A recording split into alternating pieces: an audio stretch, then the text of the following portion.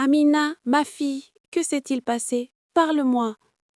Amina, non, il a épousé une autre femme. Non, non, ce n'est pas possible. Après tout ce que j'ai enduré, j'ai porté sa douleur, j'ai élevé un enfant, j'ai mûri de faim pour qu'il puisse manger, je suis restée à s'écouter quand le monde entier ne le considérait plus comme rien. Des années plus tôt, avant les beaux costumes, Toundé n'était qu'un jeune homme fatigué vivant dans une petite chambre louée à Sourd-Léré avec sa petite fille Zara. La peinture de la chambre s'écaillait, le toit fuyait quand il pleuvait, le matelas à même le sol était mince, l'enfant, la petite Zara, avait à peine 2 ans et pleurait presque toutes les nuits. Sa mère l'avait abandonnée alors qu'elle était encore bébé. On disait que la femme ne supportait pas la pauvreté. D'autres disaient qu'elle s'était enfuie avec un autre homme. Toundé n'aimait jamais en parler. Il n'avait que de la honte dans les yeux chaque fois qu'on lui posait la question. Il errait d'un chantier à l'autre, travaillant comme chef de chantier, dessinateur et petit entrepreneur, courant après des contrats de construction qui ne duraient jamais assez longtemps pour changer sa vie. Il avait des rêves, de grands rêves. Il pouvait dessiner des plans de maison avec une telle beauté que les gens en restaient bouche bée. Il pouvait expliquer ses idées de construction avec passion, il avait du talent. Mais le talent sans argent, sans relation et sans soutien l'avait transformé en un homme comme les autres à Lagos. Un après-midi caniculaire, Amina le rencontra pour la première fois. Elle était allée livrer à manger à un voisin qui habitait près de la chambre de Toundé. Elle aidait alors sa tante dans son petit commerce de restauration, transportant des glacières sous un soleil de plomb pour gagner un peu d'argent. En passant devant la chambre, elle entendit un enfant pleurer dans la chambre de Toundé. Des pleurs pas comme les autres, des pleurs de faim, de malaise et de fatigue. Elle hésita, puis elle frappa doucement. Toundé ouvrit la porte, Zara dans les bras, et la honte se lisait sur son visage. Son débardeur était vieux, la sueur perlait sur son front, le bébé était agité et tire sur sa chemise. Amina jeta un coup d'œil à l'intérieur et vit un paquet de céréales entamé sur la table, une bouilloire éteinte et un homme qui semblait ne pas avoir dormi depuis des jours. « Que se passe-t-il » demanda-t-elle doucement. Toundé tenta de sourire. « Rien, elle est juste têtue. » Mais Amina savait que ce n'était pas vrai. Elle regarda de nouveau l'enfant. « A-t-elle mangé » Toundé ne répondit rien. Ce silence en disait long. Sans un mot de plus, elle fit demi-tour, alla à sa glacière, l'ouvrit et en sortit un sachet de riz cuit et de ragoût à emporter. Elle prit aussi de l'eau. « Donne-lui d'abord une petite portion, » dit-elle. Toundé semblait gêné. « Non, je ne peux pas. »« S'il te plaît, » dit-elle doucement. « C'est une enfant. » Ce jour-là, Zara cessa de pleurer dans les bras d'Amina. C'était le début. Amina n'était pas riche, elle ne vivait même pas à l'aise. Elle vivait avec sa mère veuve et ses 2 jeunes frères dans une modeste maison où le robinet fonctionnait de façon aléatoire. Elle vendait de la nourriture avec sa tante le matin et aidait un tailleur le soir. Sa vie était difficile, mais elle trouvait malgré tout une place dans son cœur pour s'occuper de Zara. Au début, c'était de petites choses. Elle passait voir l'enfant, elle lavait les voitures de la petite Zara, elle leur apportait des restes de haricots ou de papes. Elle portait l'enfant quand Toundé devait partir travailler en vite. Puis lentement, sans l'avoir prévu, elle devint une partie intégrante de leur vie. Zara commença à l'appeler Tante Amina, puis, un jour, Maman Amina. Le surnom resta. Toundé était gratifié. Au début, sa gratitude était discrète, puis elle se transforma en chaleur, puis en amour. Il commença à la raccompagner après le travail, ils discutaient sous la lumière orangée du soir, croisant des femmes faisant frire des hakaras au bord de la route, des garçons jouant au football dans la rue et des bus appelant des passagers. Il lui parlait de ses rêves. « Un jour, je concevrai des lotissements. Pas juste un immeuble, des lotissements entiers. Je sais que je peux le faire. » Amina souriait. « Je te crois. » Il lui confia la douleur d'élever Zara seule. Il lui dit la honte qu'il ressentait quand il ne pouvait pas acheter de lait ou payer son loyer à temps. Amina écoutait.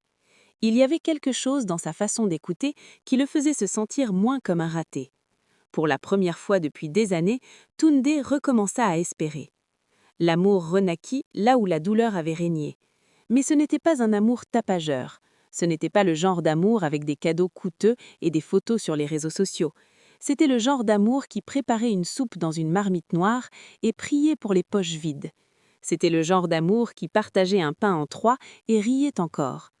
Quand Toundé tomba malade dans la saison des pluies et ne put travailler pendant 2 semaines, c'est Amina qui fit tourner la maison. Elle emprunta de l'argent, elle acheta des médicaments, elle nourrit Zara. Elle le lava à l'eau chaude quand la fièvre devint trop forte.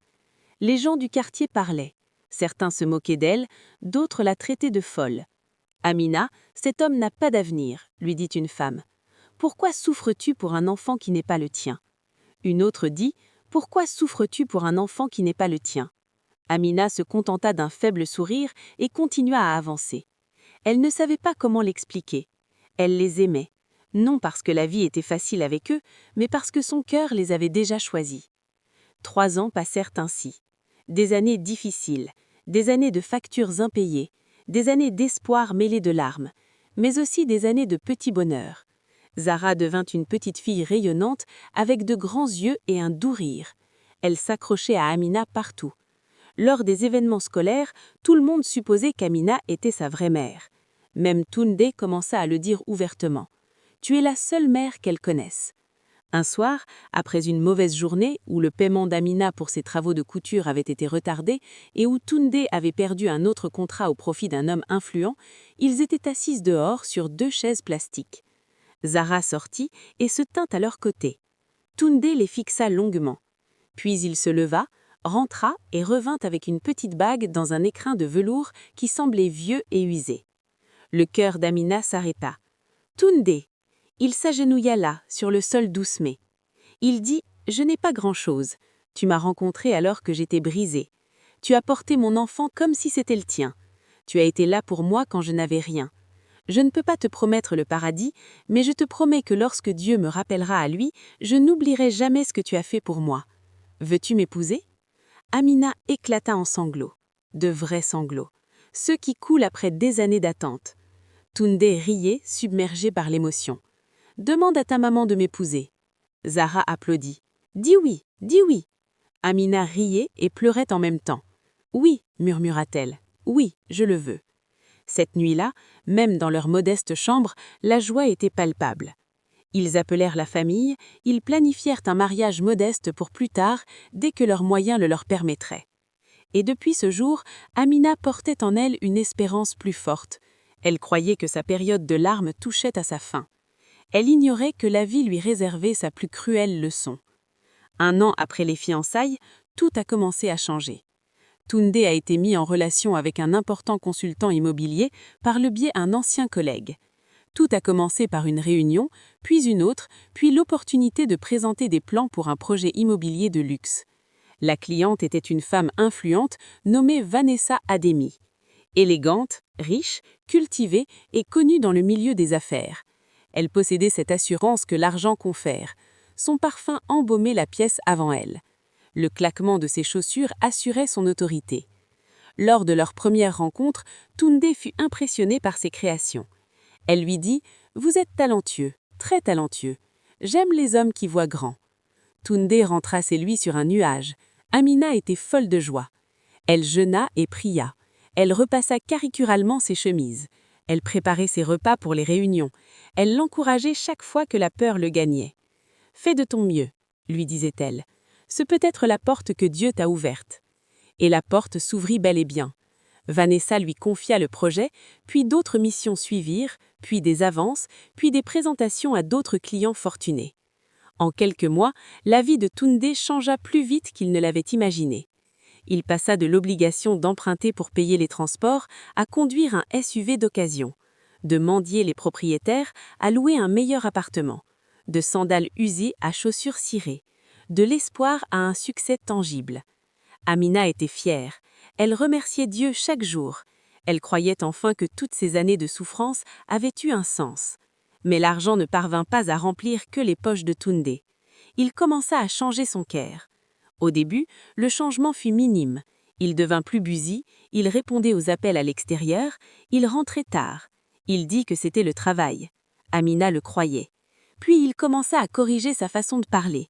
Un jour, il la regarda et fronça les sourcils. « Tu devrais mieux t'habiller.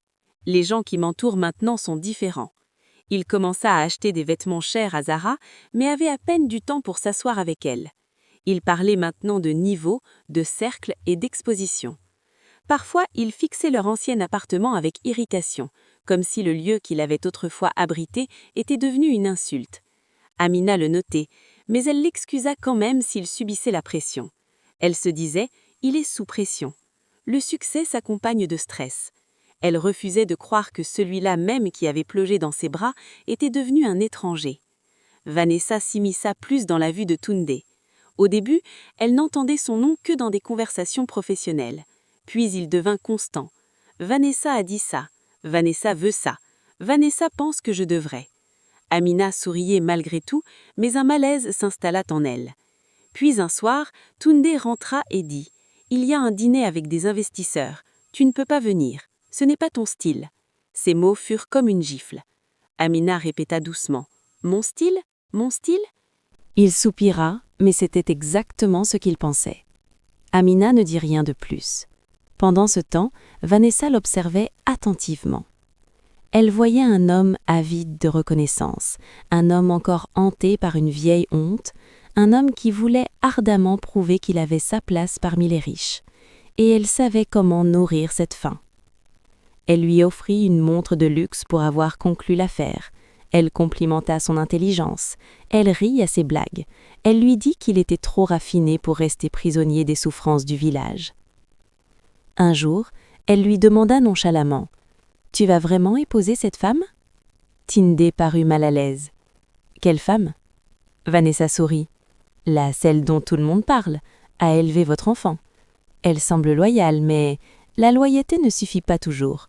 Tu passes dans une classe supérieure. » Tunde ne dit rien, mais le silence est un nid à poison. Vanessa poursuivit. « Un homme comme toi a besoin d'une épouse qui puisse l'accompagner dans les cercles huppés, d'une femme à la hauteur de ton avenir. » Ces mots résonnèrent dans son cœur. La honte qu'il avait autrefois combattue revint sous une nouvelle forme. Il commença à voir Amina à travers le prisme du statut social, et non de l'amour. Ses pagnes simples, sa voix douce, ses origines modestes, tout ce qu'il avait admiré autrefois, devinrent des choses qu'il fuyait. Pourtant, tandis que son cœur changeait, Amina continuait de faire ce qu'elle avait toujours fait, prier pour lui, aider Zara à faire ses devoirs, organiser le mariage, croire encore que l'amour était sûr. Lorsque Tunde accepta enfin de fixer une date, Amina pleura de gratitude. Sa mère dansa. Les voisins la félicitèrent. Même ceux qui s'étaient moqués d'elle sourirent et dirent « Ah, enfin ta patience a été récompensée !»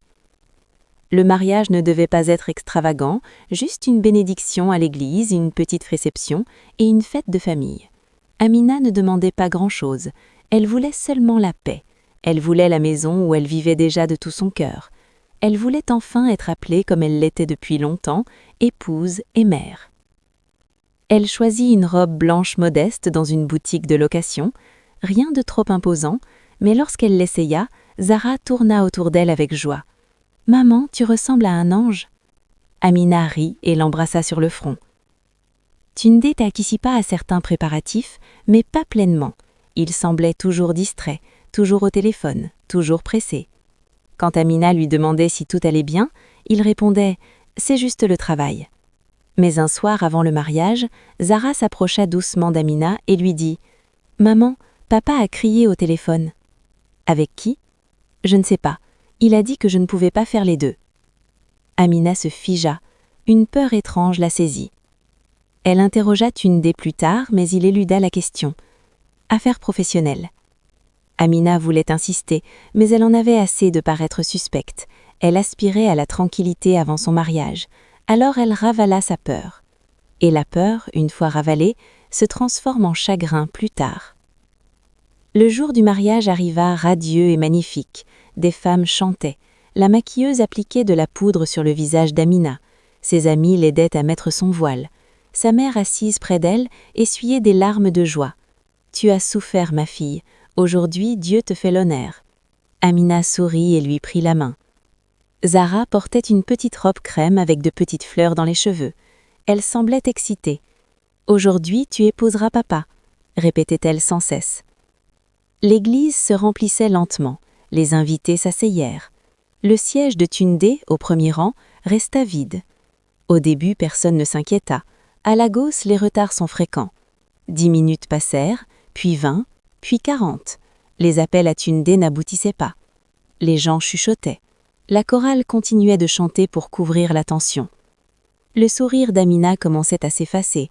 Ses mains devinrent froides. Elle fixait l'entrée de l'église. « Il va venir », dit quelqu'un. « Il doit être coincé dans les embouteillages. » Mais dans son fort intérieur, une angoisse sombre montait. Soudain, une des demoiselles d'honneur entra précipitamment, le souffle court, le téléphone à la main. Son visage était devenu pâle. « Amina, qu'est-ce que… » La jeune fille resta d'abord sans voix. Finalement, elle tendit son téléphone. Sur l'écran, une vidéo en direct. Une salle magnifique, un décor luxueux, des coupes de champagne, un mari en costume de créateur, une mariée parée de diamants. Et là, souriant devant les caméras, Tunde épousait Vanessa. Pendant une seconde, le monde entier s'arrêta. Amina fixa l'écran, comme si son réseau refusait de comprendre ce que ses yeux voyaient. Puis le téléphone lui échappa des mains. Un son lui échappa de la poitrine, pas même un cri, juste une douleur lancinante. Le silence se fit dans l'église. Quelqu'un haleta. Sa mère s'écria « Jésus !» Zara parut confuse. « Maman ?» Amina recula un pas, puis un autre. Puis ses genoux fléchirent. Elle tomba sur le sol, vêtue de sa robe blanche. Son voile se répandit autour d'elle, comme un voile de sagrin. Des femmes se précipitèrent pour la soutenir, mais elle ne les entendait pas. Elle ne cessait de revoir la vidéo. L'homme qu'elle avait nourri, l'homme qu'elle croyait, l'homme dont elle avait élevé la fille, l'homme à qui elle avait donné sa jeunesse, souriait en épousant une autre femme le jour de son mariage. Des gens pleuraient, d'autres chuchotaient. Certains invités s'éclipsèrent discrètement, honteux. Zara se mit à pleurer à chaudes larmes. « Où est papa ? Pourquoi maman pleure ?» Cette question a brisé tout le monde. Amina n'a pas pu manger pendant des jours. Elle restait allongée dans la chambre de sa mère, à fixer le mur. Parfois silencieuse, parfois pleurant sans bruit, parfois endormie et se réveillant en sursaut, paniquée. La robe de mariage restait pliée dans un sac en nylon, comme un linceul. Les voisins venaient en feignant d'une inquiétude, mais beaucoup voulaient seulement connaître toute l'histoire. Certains accusèrent Tunde, d'autres accusèrent Vanessa. Certains même accusèrent Amina. Peut-être était-elle trop attachée à son environnement. Les hommes changent quand ils voient les choses en face. C'est pourquoi nous, les femmes, ne devrions pas trop compter sur un homme. Chaque mot était une insulte, mais rien ne blessait autant que Zara. L'enfant venait sans cesse vers Amina, confuse et blessée. Quand est-ce qu'on rentre à la maison? Pourquoi est-ce que… Papa n'appelle pas. Ai-je fait quelque chose de mal? Amina la serrait dans ses bras et pleurait de plus belle. Car peu importe à quel point Tunde l'avait trahie, Zara était toujours innocente. Cet enfant faisait toujours partie de son cœur. Puis, une semaine plus tard, le coup de grâce fut porté. Tunde envoya un court message, même pas un appel, même pas une excuse en face à face, juste des mots. « Je suis désolée. Les choses ont changé. Je pense que c'est mieux pour tout le monde. Essaie de passer à autre chose. » Amina fixa le message jusqu'à ce que sa vision se brouille. Le mieux pour tout le monde. Elle laissa échapper un rire amer, le premier depuis la trahison. Un rire brisé, vide. Ce jour-là, quelque chose en elle était mort. Non pas sa gantesse, non pas son cœur, mais sa conviction que le sacrifice protège toujours de la trahison. Le nouveau mariage de Tunde était partout en ligne. Photos, vidéos, luxe, sourires, Vanessa rayonnante comme une gagnante. Tunde était habillée comme s'il avait toujours été là. On les encensait comme un couple modèle. Amina cessa d'utiliser son téléphone pendant un certain temps. Elle avait le souffle coupé chaque fois qu'elle voyait leur face.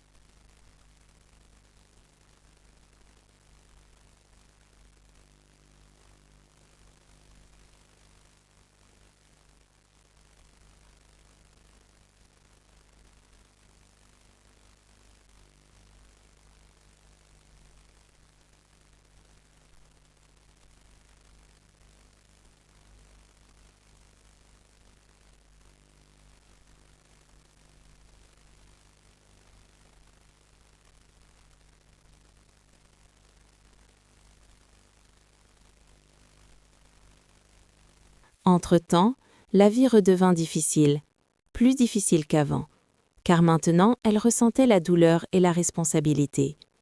Même si Zara n'était pas légalement sa fille, l'enfant revenait sans cesse vers elle. Tunde était trop occupée, Vanessa ne s'intéressait pas à elle, prendre soin du bien-être émotionnel d'une autre femme. Bientôt, Zara passait plus de temps avec Amina qu'avec son propre père. Quand elle tomba malade, c'est Amina qui resta à l'hôpital, Amina qui la serra contre elle toute la nuit. Amina lança une petite entreprise de restauration à son compte. Elle vendait des plats faits maison aux employés de bureau et aux commerçantes. C'était stressant, elle se levait avant l'aube, cuisinait jusqu'à ce que la sueur trempe son pagne, livrait les repas, puis rentrait chez elle épuisée. Mais petit à petit, la grâce revint dans ses mains. Les clients adoraient sa cuisine, son honnêteté attirait les gens. Une femme propriétaire d'un supermarché lui proposa un contrat de fourniture. Une autre l'a mis en contact avec le secteur de la restauration événementielle. Lentement, douloureusement, Amina commença à se relever. Non pas parce que la vie était soudainement devenue facile, mais parce que la douleur avait fait jaillir une force plus profonde en elle.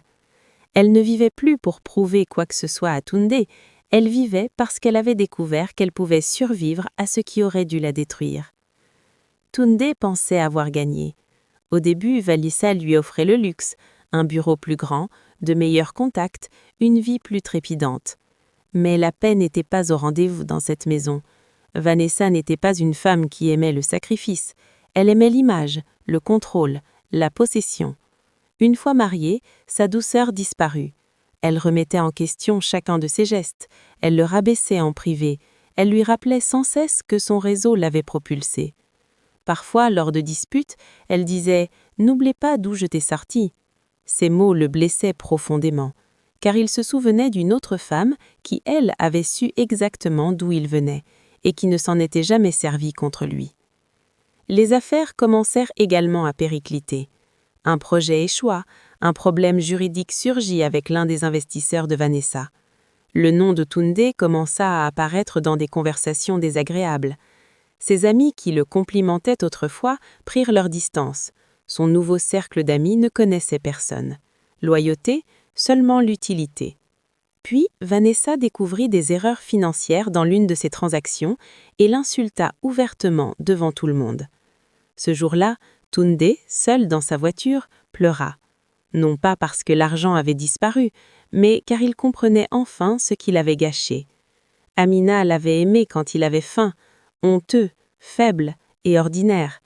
Vanessa aimait l'image de lui qui paraissait chère, et les choses chères cessent d'être spéciales quand de nouvelles choses apparaissent.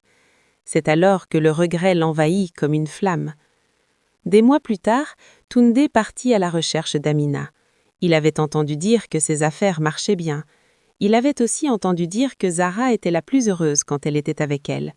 Une partie de lui était venue parce que la paix de sa fille lui manquait, mais la vérité profonde était la suivante.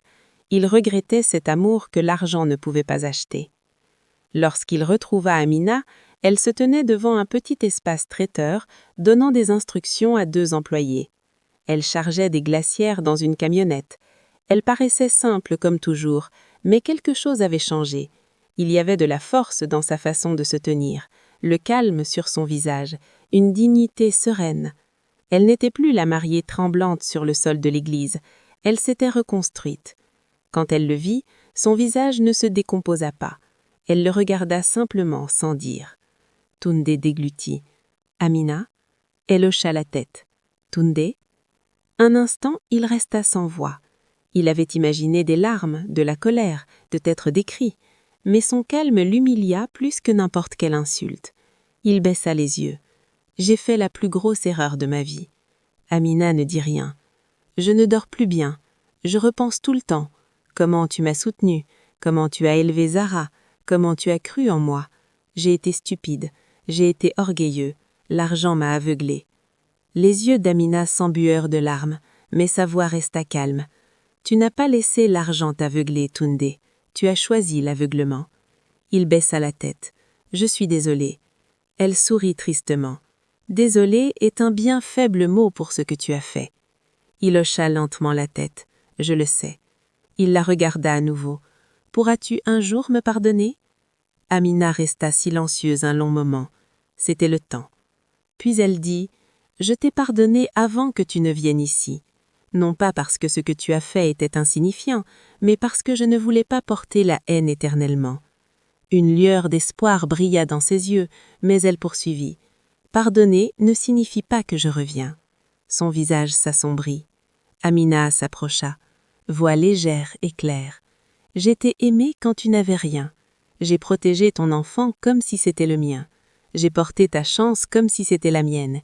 J'étais patiente comme une roche. Et le jour où tu étais censé m'honorer, tu m'as détruit devant le monde entier. La part de moi qui t'aimait comme avant est morte sur le sol de cette église. » Tunde se mit à pleurer. De vraies larmes. De celles qui arrivent trop tard. « Je le regrette chaque jour. Je le sais. C'est ta punition. » Les mois passèrent et le mariage de Tunde avec Vanessa s'effondra complètement. Les scandales se multiplièrent, le manque de respect s'accrut, les pertes financières s'accumulèrent. Enfin, Vanessa sépara ses finances des siennes et l'écarta des décisions importantes. Leur amour, s'il en avait jamais eu un, s'éteignit complètement. Ceux qui admiraient autrefois leur mariage chuchotaient désormais sur leurs problèmes. La société qui avait salué son ascension se moquait maintenant de sa chute. Quand on trahit ce qui est pur, le bruit vous acclamera un instant, mais la vérité attend quand de temps se lève. Et quand la vérité se lève, elle n'a pas besoin de crier, elle demeure. L'entreprise d'Amina continua à prospérer. Elle se fit connaître pour ses repas événementiels et ses produits alimentaires emballés. Elle aida sa mère à trouver un meilleur logement. Elle paya les frais de scolarité de son frère. Plus important, elle s'était construite une vie où elle n'avait plus besoin de mendier l'amour pour rester. Zara resta proche d'elle. L'enfant, maintenant plus âgé et plus sage, comprenait plus que les adultes ne le pensaient.